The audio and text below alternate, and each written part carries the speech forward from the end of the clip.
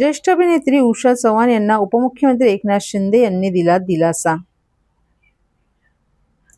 मराठी चित्रपटसृष्टीतील ज्येष्ठ अभिनेत्री उषा चव्हाण यांच्या पुण्यातील धनकवडी येथील जमिनीच्या TDRच्या विषयाबाबत उपमुख्यमंत्री एकनाथ शिंदे यांनी त्यांना मोठा दिलासा दिलाय। या प्रकरणी दोन्ही पक्षांची बाजू जाणून घेऊन अंतिम निर्णय येईपर्यंत त्यांनी या TDR व्यवहाराला स्थगिती देण्याचा निर्णय घेतलाय। अभिनेत्री उषा चव्हाण यांच्या मालकीच्या या जमिनीबाबत निर्माण झालेल्या वादानंतर मुख्यमंत्री देवेंद्र फडणवीस आणि उपमुख्यमंत्री एकनाथ शिंदे यांनी जाहीर आवाहन करणारा एक व्हिडिओ समाज माध्यमावर टाकला होता। यानंतर त्यांचे पती दत्तात्रय कडू देशमुख यांनीही पुण्यातील काही प्रसार माध्यमांकडे त्यांची बाजू मांडली होती। 26 वर्षांपासून त्यांचा या जमिनीचा वाद न्यायालयात सुरू आहे। अखेर न्यायालयाने त्यांचा मुलगा हृदयनाथ याचा या जमिनीवरील दावा मान्य केला होता। मात्र तरीही पुण्यातील गोयलगंगा या खासगी विकासकाने या जमिनीचा TDR आपल्या नावे केल्याने उषा चव्हाण यांनी शिंदे यांच्याकडे आपल्याला न्याय मिळवून देण्याची मागणी केली होती।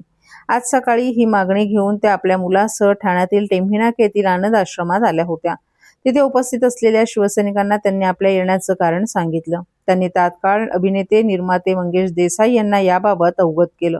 त्यांनी उषा चव्हाण यांचं म्हणणं सविस्तर समजून घेत उपमुख्यमंत्री एकनाथ शिंदे यांना याबाबत माहिती दिली। यानंतर शिंदे यांनी नगरविकास विभागाचे अतिरिक्त मुख्य सचिव D गोविंदराज यांच्याशी संपर्क साधून पुणे महानगरपालिकेला हा TDR व्यवहाराला तात्पुरती स्थगिती द्यावी, तसंच दोन्ही पक्ष आणि विकासक तसंच पुणे महानगरपालिका यांची स्वतंत्र सुनावणी आपल्या समोर घेण्यात यावी।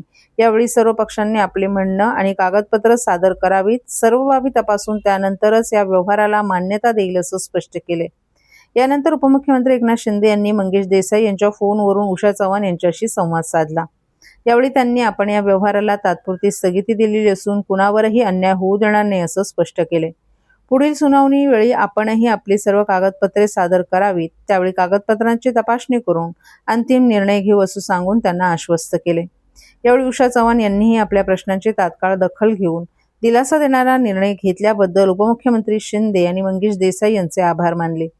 स्वर्गीय गुरुवर्य आनंद दिघे यांचं काम आपल्याला माहीत होतं। त्यांचा वारसा आपण आणि आपले सहकारी चालवत आहात याची आपल्याला पूर्ण कल्पना आहे। आज त्यांच्याच आश्रमात आल्यावर आपण आपली तात्काळ दखल घेऊन दिलासा दिला त्याबद्दल त्यांनी धन्यवाद दिले। तसंच या विषयात लक्ष घातल्यानं आता या प्रकरणाला वेग येईल आणि आपल्याला आणि आपल्या मुलाला नक्की न्याय मिळेल असा विश्वासही उषा चव्हाण यांनी यावेळी व्यक्त केला। मुख्यमंत्री आपले उपमुख्यमंत्री शिंदे साहेब वगैरे यांच्या हस्ते हा मिळालेला आहे आणि खूप आनंदाने मी घेतला। खूप लोकांवर घर हे घेतला की मला खूप आनंद झाला की आपल्या लोकांच्या हस्ते मिळालेला आहे। पण त्यावेळेस मी इथं नव्हते, मी परदेशी राहत होते। हा मिळाल्यानंतर आता हे जे प्रकार चाललेले तर मला असं वाटलं की जो आनंद आहे माझा तो हिरावून घेतलाय। मग जाऊया ना आनंद आश्रमामध्ये की माझं व्यथा तिथं मांडते नाही की मी एवढे वर्ष काम केले, एवढं वर्ष जमिनीचं काय नेमकं प्रकार? जमिनीचं नाही, हा TDR आहे आणि TDRचं सगळं खातं वगैरे आपल्या शिंदे साहेबांकडे आहे आणि त्यांना सगळी कागद प्रत्येकांना मी कागदपत्र पाठवलेली आहे। हे जे पुण्याचे कॉर्पोरेशनचे काय म्हणतात त्यांना आयुक्त, शेवटी राम आहे त्यांच्या नावात पण राम नाहीये, ते बेकायदेशीर करतात, हे सगळ्यांनी नोंद करून घ्यावी। मग असे हलणार नाही असं बघत बसतात, बाकी उत्तरच देत नाही ते। काय कोण जाणे त्यांच्यावर काय प्रेशर असतं, स्वतःच्या मनाचंच ते ठरवून बोलत नाही लोकांकडे। तुम्ही काहीतरी त्यांना कागदपत्र द्या की नाही बाबा हे तुमचं चुकलंय किंवा अमकं झालंय, आम्ही ह्या करता आम्ही असं तुमचं पण ओरबडून घेणार। उपमुख्यमंत्र्यांची देखील भेट घेणार आहात आपण एकनाथ शिंदे? घेणार ना, घेणार। त्यांचं निवेदन पण मी तयार केलेलं आहे, त्याशिवाय त्यांना ती रूपरेषा कळणार नाही ना। त्यांना अधिकार आहेत रद्द करायचे हे, कारण बेकायदेशीर असेल तर त्यांनी, मी सांगायला नको, मी त्यांच्यापेक्षा ती झाडकी बसली। ते उपमुख्यमंत्री आहेत, सगळ्या गोष्टी त्यांच्या हातात आहे, त्यांच्या समोर मी कोणी एवढी मोठी नाही। हा, माझी सरस्वती मात्र मोठी, तिच्या समोर कोणी मोठं नाहीये। मला एवढं म्हणायचंय की तिला तो न्याय मिळाला पाहिजे, माझ्या कलेला न्याय मिळाला पाहिजे, माझ्या मुलाच्याच नावे जास्त आहे, त्याच्या कुटुंबियांना, त्यांच्याकरता तर मी एवढं कष्ट केले ना, त्यांच्याकरताच केली। सो पण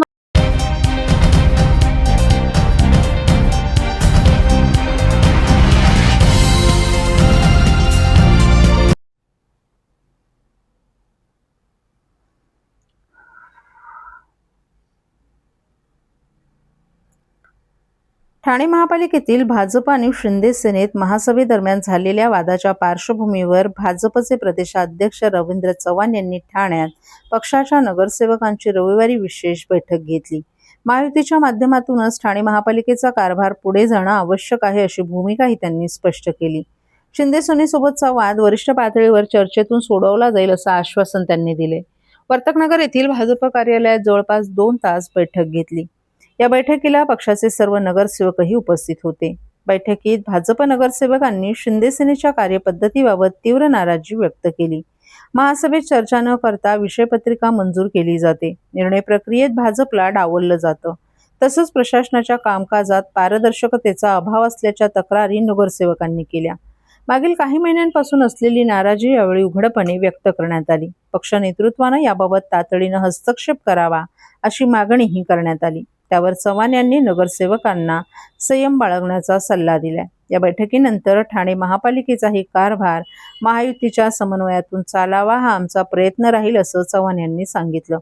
महासभेत चर्चा न करता विषय मंजूर होत असल्याची भावना नगरसेवकांनी व्यक्त केली आहे. मात्र सर्व कागदपत्रांचा अभ्यास केल्यानंतरच वस्तुस्थिती स्पष्ट होईल. त्यानंतर उपमुख्यमंत्री एकनाथ शिंदे यांच्याशी चर्चा करून मार्ग काढण्याचा प्रयत्न केला जाईल असंही चव्हाण यांनी सांगितलं.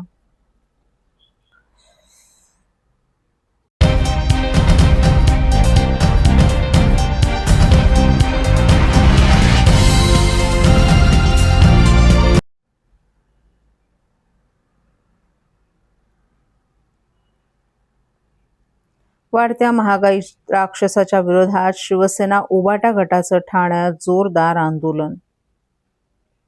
देशात सातत्यानं वाढणारी महागाई, पेट्रोल, डिझेल, गॅसचे गगनाला भिडलेले दर आणि केंद्र सरकारच्या अपयशी आर्थिक धोरणांविरोधात शिवसेना उद्धव बाळासाहेब ठाकरे पक्षाच्या वतीने ठाणे स्टेशन परिसरात तीव्र निषेध आंदोलन करण्यात आलं. यावेळी संतप्त शिवसैनिकांनी केंद्र सरकार विरोधात जोरदार घोषणाबाजी करत परिसर दणाणून सोडला. जनता त्रस्त, मोदी परदेशी वारीत व्यस्त, रद्द करा, इंधनवाढ रद्द करा, ट्रम्प बोले मोदी डोले अशा घोषणा यावेळी शिवसैनिकांनी दिल्या. वाढत्या महागाईच्या राक्षसाविरोधात शिवसेनेनं जोरदार आंदोलन करत वाढत्या महागाई विरोधात सर्वसामान्य नागरिकांची स्वाक्षरी मोहीमही दरम्यान राबवण्यात आली. त्याला जनतेनेही उत्स्फूर्त असा प्रतिसाद दिला. 5 राज्यातील निवडणुकांमध्ये हजारो लिटर इंधन भाजपनं मोटारीतून प्रचारासाठी वापरलं. मोदींनी प्रचारासाठी विमानातून प्रवास केला. इंधनवाढ होऊ देणार नाही असं खोटं आश्वासन दिलं. जागतिक स्थिती माहिती असतानाही मोदींनी इंधनाची पैशांची उधळपट्टी केली आणि निवडणुका आटपतात जनतेला महागाईच्या खाईत लोटून परदेश दौऱ्यावर निघून गेले. ही कृतीच संतापजनक असून महागाई वाढण्यास केंद्रातील सरकारची चुकीची आर्थिक धोरणे आणि अपयशी ठरलेली परराष्ट्र नीती पूर्णपणे जबाबदार असल्याची टीका शिवसेना नेते आणि माजी खासदार राजन विचारे यांनी केली आहे. तसंच अच्छदिनच्या नावाखाली सर्वसामान्यांच्या खिशाला कात्री लावून हे सरकार केवळ मुठभर उद्योगपतींचं हित जपत असल्याचं विचारे यांनी सांगितलं. या आंदोलनात जिल्हाप्रमुख केदार दिघे, संपर्क प्रमुख नरेश मणेरा, माजी नगरसेविका नंदिनी विचारे, ठाणे महानगरपालिका संघटक महेश कदम यांच्यासह उपजिल्हा प्रमुख सुनील पाटील, महिला जिल्हा संघटिका रेखा खोपकर, पदाधिकारी प्रतीक राणे, हेमचंद्र राठिवडेकर तसंच अन्य शिवसैनिकही मोठ्या संख्येनं सहभागी झाले होते. पण सर्वसामान्य जनतेला तुम्ही आज भिकारी करून ठेवलेला आहे. त्याचं काय करणार तुम्ही?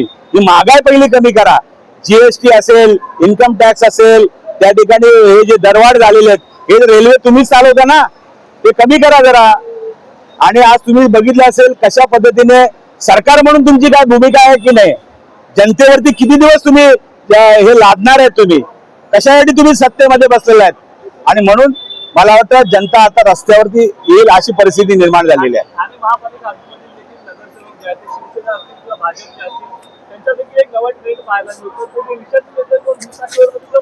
मला ही स्टंटबाजी मला वाटतं फक्त फोटो नसावी. त्या ठिकाणी खऱ्या अर्थाने जर तुम्ही केलं पाहिजे तर पहिलं लोकप्रतिनिधीपासून सुरुवात केली पाहिजे आणि नुसता एक दिवसाकरता हा नसावा.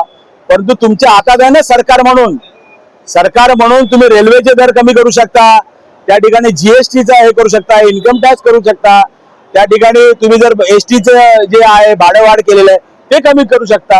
सर्वसामान्याला दिलासा देणारे 30 साधनं आहेत. आणि ते तुम्ही करत नाही आणि नुसतं स्वतः फक्त शोबाजी करायची. मला वाटतं जनता आता खपून घेणार नाही.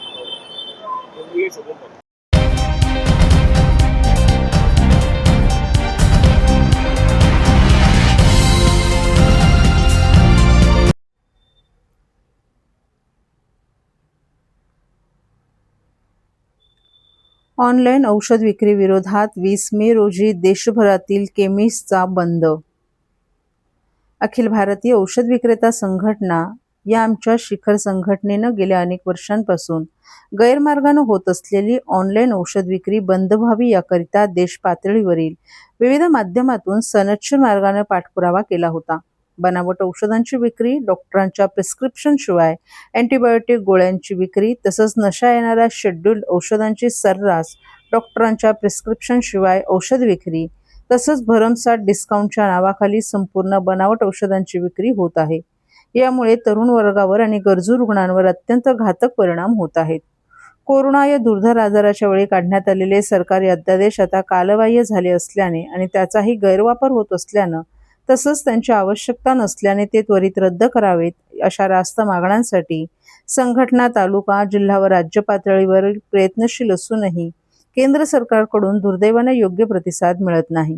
वास्तविकतः रुग्णांच्या आरोग्यासाठी खोट्या तसंच बनावट औषधांचा काळा बाजार थांबवण्यासाठी प्रामाणिकपणे प्रयत्न करत असून त्यांना योग्य प्रतिसाद मिळत नाही. शेवटी सर्व मार्ग संपल्यामुळे नाईलाज असतो 20 मे रोजी केमिस्ट बंदचा निर्णय अखिल भारतीय औषध संघटनेनं घेतला आहे. इमर्जन्सीमध्ये कुठल्याही रुग्णांची औषधाविना गैरसोय होणार नाही याची पूर्णपणे काळजी घेण्यात येणार असून अन्य सुविधाही उपलब्ध करण्यात येणार आहेत. तसंच मौलिक मार्गदर्शनाची त्यांना गरज असून ते सद्य परिस्थितीत देशहिताचा विचार करून आपल्या मागण्यांना पाठिंबा देऊन सहकार्य करेल असा विश्वास असल्याचं अखिल भारतीय निर्णय औषध संघटनेनं घेतला आहे. बेकायदेशीर ऑनलाईन औषध विक्री, नियमबाह्य सवलती आणि GSR अधिसूचना रद्द करण्याच्या मागण्यांसाठी all India chemist and druggist असोसिएशनच्या वतीनं 20 मे रोजी देशव्यापी बंद पुकारण्यात आला आहे. देशभरातील सुमारे 12.50 लाख मेडिकल दुकानं या बंदमध्ये सहभागी होणार असल्याची माहिती संघटनेचे अध्यक्ष जगन्नाथ शिंदे यांनी एका पत्रकार परिषदेत दिली आहे. काय नेमक्या मागण्या आहेत, कशा प्रकारे संपूर्ण बंदची विषय? हे बघा, आमचा औषधी हा व्यवसाय drug and cosmetic act 1940 amendment 45 नुसार जातो. याच्यामध्ये online sale of medicine illegal आहे. केंद्र सरकारने साधारण 28 ऑगस्ट 2018 ऑनलाईन आणण्यासाठी एक अधिसूचना काढली. ती आतापर्यंत मंजूर झालेली नाहीये. या उपर दिल्ली हायकोर्टमध्ये आमचा स्टे ऑर्डर आहे याला, तरी सरकार ऑनलाईन बंद करत नाही. ही आमची मागणी आहे की 817 जी अधिसूचना आहे ती रद्द करावी. त्याचप्रमाणे करोनामध्ये 220 GSR ही घरपोच औषधी रेमडेसिवीर किंवा टुसिलिझुमॅब देण्यासाठी आम्हाला परमिशन दिली होती. ते इमर्जन्सी संपल्यानंतरही अजूनही ती नोटिफिकेशन सुरू आहे. झोमॅटो, स्विगी आणि ब्लिंकिट हे इलिगल ऑनलाईन धंदा करतात, तो बंद व्हावा. आणि आपल्या देशातल्या तरुणांना गर्भपाताच्या गोळ्या किंवा नशेली किंवा नार्कोटिक ड्रग हे इझिली मिळतात, म्हणून हे बंद करा, ही दुसरी मागणी आहे. तिसरी गोष्ट, काही ऑनलाईन काही मोठे अमेझॉन किंवा फ्लिपकार्ट किंवा देशी लोक 25%, 30%, 40% मार्जिन देतात. आमचा हा व्यवसाय drug price control order 2013 DPCO 13 नुसार चालतो. त्याच्यामध्ये आमच्या रिटेलरला 8% होलसेलरला, 16% रिटेलरला, 10% होलसेलरला आणि 20% रिटेलरला अनियंत्रित औषध मिळतात. आम्ही याच्यावरती डिस्काउंट देऊ शकत नाही. त्यामुळे हे आमचे 12.5 लाख लोकांचं जीवन उद्ध्वस्त होण्याच्या मार्गावर आहे. म्हणून 20 मे 2026 मध्ये अखिल भारतीय 12.5 लाख केमिस्ट बंद करणार आहेत. जर सरकारने आमच्या मागण्या मान्य नाही केल्या तर पुढे आम्ही बेमुदत संप करू किंवा आमच्या दुकानाच्या चाव्या सरकारला देऊन टाकू. हा आमचा पुढचा निर्णय आहे. नमस्कार, धन्यवाद.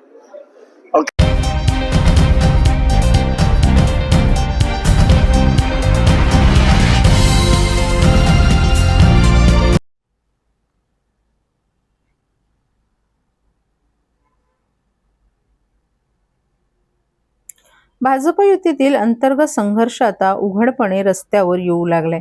महासभेत झालेल्या गोंधळानंतर राष्ट्रगीताच्या अवमानाचा मुद्दा पोलीस ठाण्यात पोहोचल्यानंतर शिवसेनेनं भाजपवर पलटवार केलाय. महापौराच्या अंगांवर धावून जाणाऱ्या भाजप नगरसेवकांना निलंबित करण्याची मागणी आता शिवसेनेच्या नगरसेवकांनी केल्यानं वाद विकोपाला जाण्याची शक्यता आहे. शिवसेनेच्या पदाधिकाऱ्यांनी भाजपच्या नगरसेवकांवर सभागृहात पूर्वनियोजित गोंधळ घालून वातावरण बिघडवल्याचा आरोप केलाय. शिवसेनेचे नगरसेवक मनोज शिंदे आणि राजेश मोरे यांनी राष्ट्रगीताचा अवमान केल्याचा आरोप करत त्यांच्या विरोधात नौपाडा पोलीस ठाण्यात गुन्हा दाखल करण्याचा प्रयत्न करण्यात आल्याचं शिवसेनेनं सांगितलंय. मात्र या आरोपांना कोणताही ठोस आधार न मिळाल्यानं अद्याप गुन्हा दाखल झाला नसल्याची माहिती समोर आली आहे. महासभेपूर्वी महापौरांच्या दालनात सर्वपक्षीय गटनेत्यांची बैठक झाली. त्यामध्ये 233 विशेष प्रकरणं, एक लक्षवेधी आणि सदस्यांच्या प्रश्नांबाबत कामकाजाचं नियोजन करण्यात आलं होतं. सर्वप्रथम लक्षवेधीवर चर्चा करून त्यानंतर प्रकरणांवर निर्णय घेण्याचं ठरलं होतं, अशी माहिती शिवसेनेकडून देण्यात आली आहे. सभेदरम्यान लक्षवेधीवर चर्चा झाल्यानंतर भाजप नगरसेवकांनी प्रश्नोत्तराचा तास घेण्याचा आग्रह धरला. मात्र शहर विकासाशी संबंधित अनेक महत्त्वाच्या प्रकरणांवर निर्णय घेणं आवश्यक असल्यानं सभागृह नेते हनुमंत जगदाळे यांनी कामकाज पुढे नेण्याची विनंती केली. यानंतर सभागृहात वातावरण तापलं आणि भाजप नगरसेवकांनी घोषणाबाजी करत सभा चालू दिली नाही. तसंच महापौरांना वेठीस धरण्याचा प्रयत्न केल्याचा आरोपही शिवसेनेनं केलाय. 15 मेला महासभा झाली आणि त्याच्यात भारतीय जनता पक्षाच्या नगरसेवकांनी, फक्त भारतीय जनता पक्षाच्या नगरसेवकांनी गोंधळ घातला आणि त्याच्या आधीच्या पण 2 महासभा झाल्या, त्याच्यामध्ये पण गोंधळ घातला. मुळात त्याच्यानंतर मला असं कळलं की माझ्या विरोधामध्ये आणि राजेश मोरे आमचे सदस्य आहेत, दोघांच्या विरोधामध्ये नौपाडा पोलीस स्टेशनला त्यांनी काहीतरी गुन्हा दाखल करण्यासाठी गेले होते. एक तर मला त्या सन्माननीय राज्याचे मुख्यमंत्री पक्षाचे नेते आहेत फडणवीस साहेब आणि रवी जाधव साहेब, हे पण नेते, हे अध्यक्ष आहेत, त्या दोघांना सांगायचं की काहीतरी आपल्याला सदस्यांना समज द्यावं लागेल. मुळात ज्या एवढ्या सदस्यांना एक माहिती नाही की जनगणमन मी म्हटलं हा अपमान नाही झाला, त्याच्यामुळे ही कुठली केस होणार नाही पोलीस स्टेशनला. ही साधं कायदा त्या सदस्यापैकी कुठल्याही ज्येष्ठ नगरसेवकांना माहीत नाही आणि उठसूट बाहेर जाऊन नौपाड्यामध्ये माझ्यावर गुन्हा नोंदवा अशी मागणी करतात आणि शेवटी पोलिसांना सांगावं लागतं की याबाबत गुन्हा दाखल होऊ शकत नाही. म्हणजे किती बालिशपणा आहे हा. दुसरी गोष्ट, गटनेत्याच्या बैठकीमध्ये एकदा ठरलं की बाबा पहिली लक्षवेधी घ्यायची आणि पावसापूर्वी अनेक प्रश्न लोकांचे प्रलंबित आहेत आणि ते करणं काळाची गरज आहे. अतिशय तोंडावर पाऊस आहे, त्या लक्षवेधीचं पण फार महत्त्व होतं आणि त्याच्यानंतर मग उरला वेळ त्या संदर्भामध्ये प्रश्न उत्तरं घ्यायची. हे स्पष्ट गटनेत्याला सांगितल्यानंतर देखील त्या ठिकाणी काही सदस्य की आमचे प्रश्न घ्या. नंतर मी ते पहिले की एवढा आग्रह का प्रश्नाचा का, त्याच्यानंतर कळलं की ते प्रश्न हे शहर विकास संदर्भामधले होते, म्हणजे बिल्डरच्या संदर्भामधले होते.